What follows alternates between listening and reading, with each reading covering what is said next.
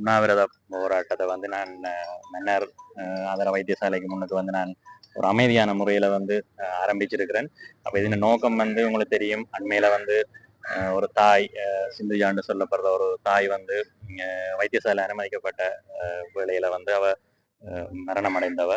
அப்ப அதுக்கு பிறகு நாங்கள் வந்து எங்களுக்குள்ளேயே சில விடயங்களை ஆராய்ந்து கொண்டிருந்தாங்க. நாங்கள் உடனடியாகவே வெளியில தங்கி இதை இதண்டையில் என்னன்னு சொன்னா உரிய முறையில விசாரணைகள் நடைபெற்று கொண்டிருந்ததால அப்ப நாங்கள் இப்படம் உண்மையிலேயே உரிய முறையில சரியான முறையில விசாரணைகள் நடைபெற்று அது வந்து மேலதிக நடவடிக்கைகளுக்காக அனுப்பப்பட்டிருக்குது. அப்ப அது திணைக்களம் சார்ந்த விடயங்கள், அதாவது வந்து அது பிராந்திய சுகாதார சேவை பணிமனையிலிருந்து மாகாணம் மத்திய சுகாதார அமைச்சுக்கு போய் அதுக்குரிய நடவடிக்கைகள் எடுக்கப்படும். அது கட்டாயம் திணைக்களம் சார்ந்த நடவடிக்கைகள் எடுக்கப்படத்தான் வேண்டும், அது வேறு.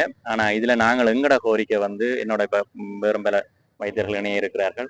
எங்கட கோரிக்கை வந்து அவர்கள் வந்து சட்டத்தின் பிரகாரம் வந்து அவர்கள் வந்து ஒரு கிரிமினல் ஒஃபென்ஸ் செய்திருக்கிறார்கள் என்று சொல்லி அறிக்கையில வந்து அந்த சாரப்பட சொல்லப்பட்டிருக்கு. அதாவது வந்து ஒரு நோயாளி கிடைக்க வேண்டிய உரிமையை வந்து அவர்கள் சரியான முறையில அந்த குறிப்பிட்ட வைத்திய குழாம் வந்து செய்யாவிட்டதால வந்து அந்த தாய்க்கு மரணம் ஏற்பட்டிருக்குன்னு சொல்லி அப்ப உண்மையிலேயே அவர்கள் வந்து உடனடியாக கைது செய்யப்பட வேண்டும். கைது செய்யப்பட்டு நீதிமன்றத்துல வந்து அவர்கள் முன்னிலைப்படுத்தப்பட வேண்டும். அதற்கு பிற்பாடு வந்து அதுக்கு பிற்பாடு நாங்கள் தலையிட ஒருத்தருமே முடியாது. அது வந்து அதுக்காக நீதி மன்றம் வந்து அந்த விடயங்களை நல்ல அசாதாபாதங்களை பரிசீலித்து அதுக்குரிய தீர்ப்பை வழங்கும்.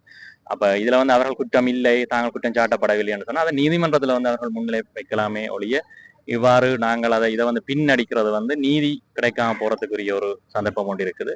அதை விட நானேன் வந்தேன் என்று சொல்லி சொல்றதுக்கு ஒரு முக்கியமான காரணம் வந்து 1-2 வைத்தியர்கள் செய்கிற சில பிழைகளால வந்து ஒட்டுமொத்த வைத்திய சமூகத்தையும் வந்து மக்கள் வந்து அச்சத்தோடையும் ஒரு கேள்விக்குறியாகவும் சந்தேகத்தோடையும் பார்க்கிறார்கள். எங்களுக்கு இப்ப நாங்கள் வந்து எங்களுடைய மனச்சாட்சிக்கு வந்து நாங்கள் எங்களுடைய பணியை வந்து மிக சிறப்பாக செய்து கொண்டிருந்தாலும் வந்து சில இடத்துல இப்ப வந்து எங்களுக்கு நீங்களும் அவையோட சேர்ந்த டாக்டர் தானே, நீங்கள் எல்லாரும் அவைய பாதுகாக்கிறீங்க, குற்றஞ்செய்த டாக்டரை பாதுகாக்கிறது நீங்க உடந்தையா இருக்கிறீங்கன்னு சொல்லி நாங்கள் செய்யாத குற்றத்துக்கு வந்து நாங்கள் பழிய கேட்க வேண்டியதா இருக்கு. அப்ப அந்த இடத்துல நாங்க வந்து யோசிச்சோம், இதுக்கு ஒரு முடிவு கட்டணும், இதுக்கு ஒரு நீதி கிடைக்கணும்னு சொல்லி.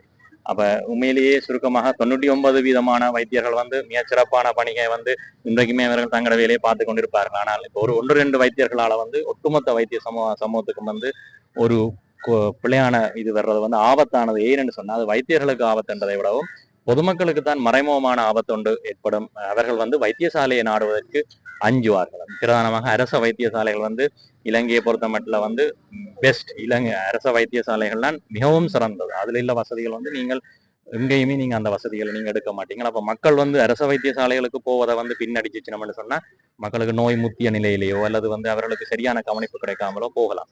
அப்ப இதை வந்து நான் மட்டும் இல்ல பல பொதுமக்கள் தரப்பிலையும் இதை சொல்லி நம்ம வந்து தங்களுக்கு வைத்தியசாலைக்கு போக அச்சமா இருக்குன்னு சொல்லி அப்ப இதுக்கு ஒரு நீதி கிடைக்கும்னு சொன்னா அந்த சந்தர்ப்பத்துல வந்து மக்களும் வந்து இதை திருப்தி அடைவார்கள். உண்மையாக வந்து குற்றம் செய்தவர்கள் வந்து தண்டிக்கப்படுகிறார்கள்னு சொல்லி. அது தவிர இதுல வேறு ஒரு நோக்கமோ வைத்தியர்களுக்கு எதிரானதோ அல்லது பொதுமக்களுக்கு எதிரானதோ அல்லது வேறு எனது தனிப்பட்ட நோக்கங்களோ இதுல வந்து இல்லை. அப்ப நாங்க இதுல எதிர்பார்க்கறது வந்து உடனடியாக வந்து இந்த குற்றஞ்சாட்டப்பட்ட என்று கூறப்பட்டிருக்கிற ஆரம்ப விசாரணையில சொல்லப்பட்டிருக்கிற அனைவரும் வந்து உடனடியாக கைது செய்யப்பட்டு நீதிமன்றத்துல வந்து முன்னிலைப்படுத்தப்படணும் என்று சொல்லி நான் எதிர்பார்க்கிறேன். அது மட்டும் எங்களோட உண்ணாவிரத போராட்டத்தை வந்து நாங்கள் தொடர்றதுக்கு எண்ணி இருக்கிறோம். நன்றி.